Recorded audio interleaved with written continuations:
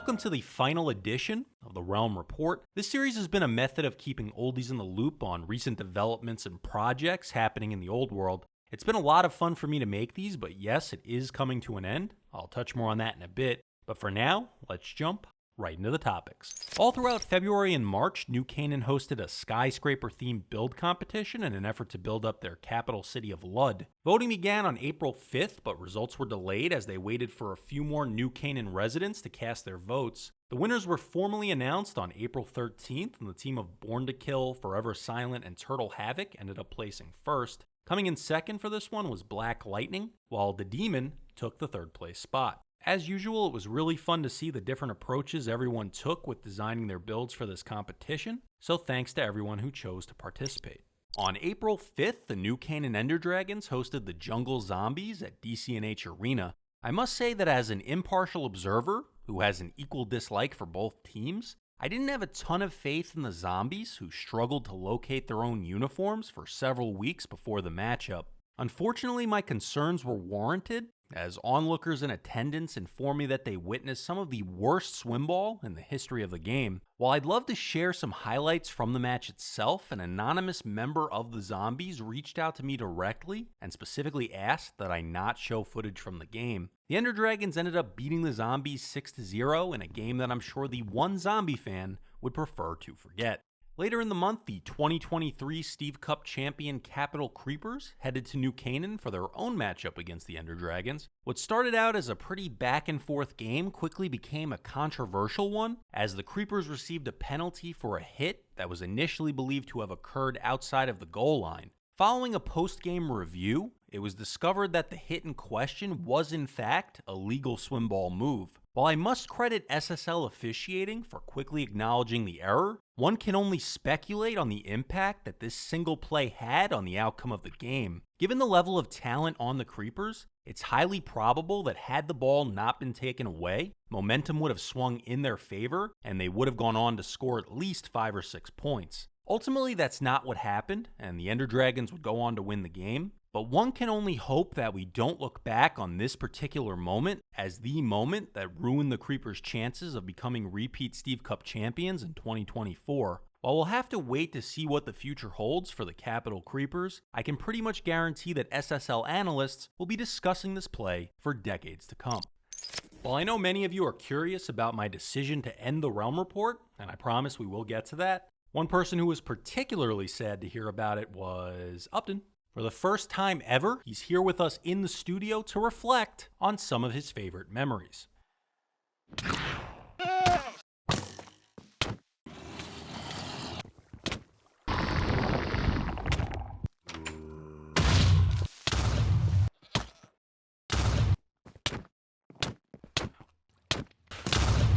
On how you can survive in the jungle. Okay, never mind.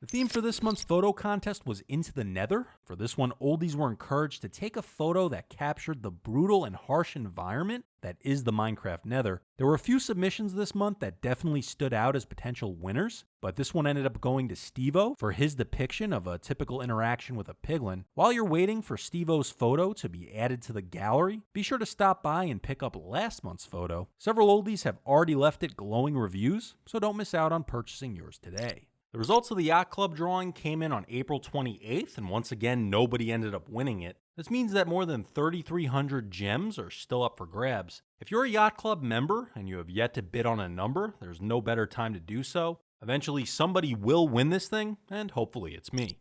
On April 7th, we held the Archipelago Grand Prix 2024 at Cuttlefish Cove. This one was pretty entertaining as we had several close races and a bunch of lead changes as things progressed. Following a loss in his first race against Steve-O, Chozo managed to make his way back to the final round, where he once again faced Peculiar to decide the winner. Chozo would defeat Peculiar twice in a row to claim the first place trophy. Peculiar placed second, and Steve-O placed third. Thanks to everyone who joined us for the race. On April 14th, we headed back to the archipelago for the first ever rabbit roping. This is a game created by Red Dead Sloth where each oldie took turns roping numbered rabbits that each had predetermined values. Each person participating had 2 rounds to rack up as many points as they could while riding on horseback and then attaching each of those rabbits to different fence posts located in the arena. Here are some highlights. Do I get to be the voice? Yeah, I mean, you understand it better than any of us here. Just Oh my god, do the I'm 3, so 2, 1 excited. Oh my god. Oh my god. I don't have, oh my god. I don't know if I can do the ding. Okay, hold on. And ding. Go. Oh my god, he almost ran over all the rabbits. Immediately. You're the draw. Dang it. Phone call. I'll be right back. Why did that sound like he had a damn rotary phone on the wall? I was just about to say that. How long does he have? 20 seconds. Okay, you'll have to type stop in the deal. Yep. 4, 3, 2, 1, stop. Right in the dot. Click it. Click it. Click it. Go, buddy, go! He's like, click it. You didn't get that. You didn't, That one you broke. didn't attach him. Oh, you didn't leave it? You still have him. Uh-oh. Oh, you still gotta have release him? He's losing valuable. He's got 2. He's got 2 with him. Yeah. You got 2. Oh no. Oh no. Release Oh one. no. No, no. Does that That's count? a Heck. penalty. Mm, That's That's a a penalty, penalty. yep. It's really the horse head that makes the whole challenge. Yep. Alright, so I'm gonna find a texture pack that gets rid of the head on the horse. That's what I was thinking that too. Like the horse that invisible or something. Very You uncomfortable. should have seen that coming. I charged you with my damn sword. You're lucky I I was didn't my looking sword at out. I was looking at my desk, not you. Your disc. What? Desk. Disc? Looking at my disc. I was looking at my desk. Oh, desk. I've never felt more inadequate in my life. He's not working. I think you should just give up on that one. It's not happening. You got him. You got him. You got it. Yay. Like I said, never give up on a rabbit. That's right. Don't give up. I don't think this is good.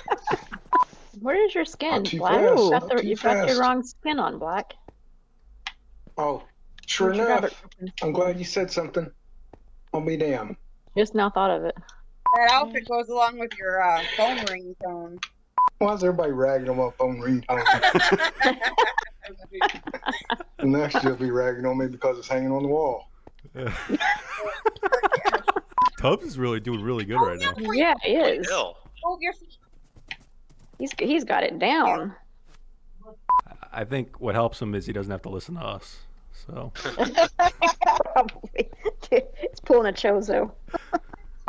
Nope. You still have him, Black. you still have him, it. Black. You still have it, Black. Oh, it didn't click off. What the It hell? didn't click off. There you go. See, Black had the most last time. Look at him now. Yeah, now I can't even get one. Because you change skins. That's what it Yeah, is. My it's cowboy ain't a change. cowboy. 2, 1, and stop. It's like in sports, you never shave your beard, you never change your socks. Right, exactly. Exactly. Black jinxed himself. Well, actually, Lynn jinxed me because I wasn't wearing it at first. Maybe it was all part of the plan. And next up is going to be Lynn.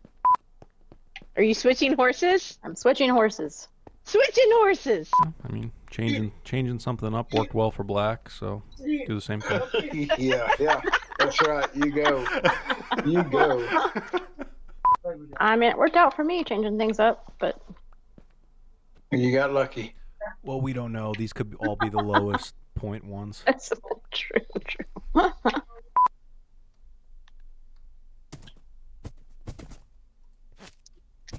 He's off to a good start. Oh, damn. Real good start. In the end, Tums took first place with 29 points. I placed second with 28, and Resculin took third with 23 points. Thanks to Red Dead Sloth for organizing and hosting the event. It'll definitely be something we'll be revisiting in the future. Next month, we'll be hosting our second ever War Games event. For those who missed this last year, this is a free-for-all where it's every oldie for themselves to see who will be the last one standing. Similar to the Withering events, this will be taking place on an alternative map, meaning that the old world will be down while this event is happening. A few months back, Willow posted some polls to gather feedback on what Oldies would like to see for the event. Following some discussions, she ended up assembling a new battlefield composed of different elements, but similar in scope to what we did last year. What makes this one different from the first one is that the entire map was built to be entirely destructible. You're able to tear it apart in any way you'd like in order to give yourself an advantage, which should make for some interesting altercations. To begin the event, everyone will be given a full 5 minutes to traverse the map and acquire as many resources as possible before any killing will be allowed. The map will be set to normal, so in addition to other oldies trying to kill you, you'll need to remain mindful of hostile mobs as well. Again, these changes were the direct results of the polls Willow conducted back in December. One major problem we had last year was some really bad rubber banding for spectators, which made watching the event after you'd been eliminated a pretty terrible experience. Fortunately, since then, spectator mode has officially been added to Bedrock, so that shouldn't be an issue for us this time around. This is one of those events where the more people who participate, the better it will be, so I hope you'll join us for Wargames 2 on May 26th. Before we wrap things up, I've got something I want to say. As I've already mentioned, this will be the final edition of the Realm Report. First, I'd just like to thank everyone who's watched these videos ever since I got this bizarre idea to produce a monthly news program from the old world. It's crazy to think that I almost never put the first one up because I thought that maybe it was a little too silly. Little did I know that that was probably the most serious one I'd ever make. There are several people here who have been watching since the very beginning, and many others have told me that they've gone back and watched through some, if not all, of the old ones. I really appreciate anyone who's done that because a lot of time and effort went into making each one of them. So you may be wondering why I'm choosing to stop now, and why I'm doing so at a seemingly random number like 36. Well, 36 isn't as random as it might seem initially. You see, I've been making the Realm Report each and every month for the past 36 months, which if you do the math ends up totaling out to 3 years.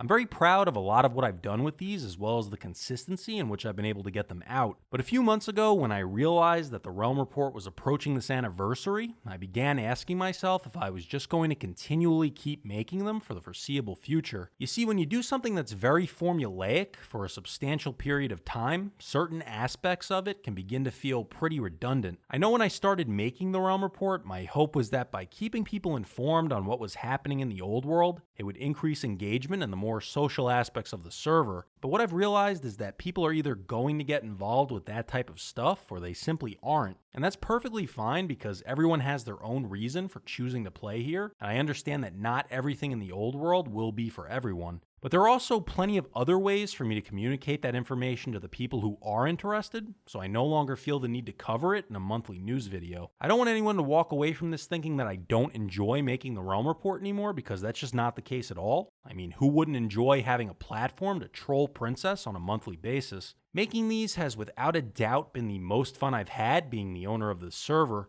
Of course, I still plan to continue making videos. I'm just at a point where I want to do it with a little more flexibility and not feel obligated, even if it's just in my own mind, to get this particular type of video out each month. It's entirely possible that I'll revisit this format in some capacity down the road. I don't want to shut the door on that entirely. It's just that sometimes you need to switch things up in order to keep them interesting for yourself. And besides, as Peculiar always says, if you're the highest rated news program in the old world because you have no competition, you might as well go out on top. And I guess that wraps things up. See you on the server.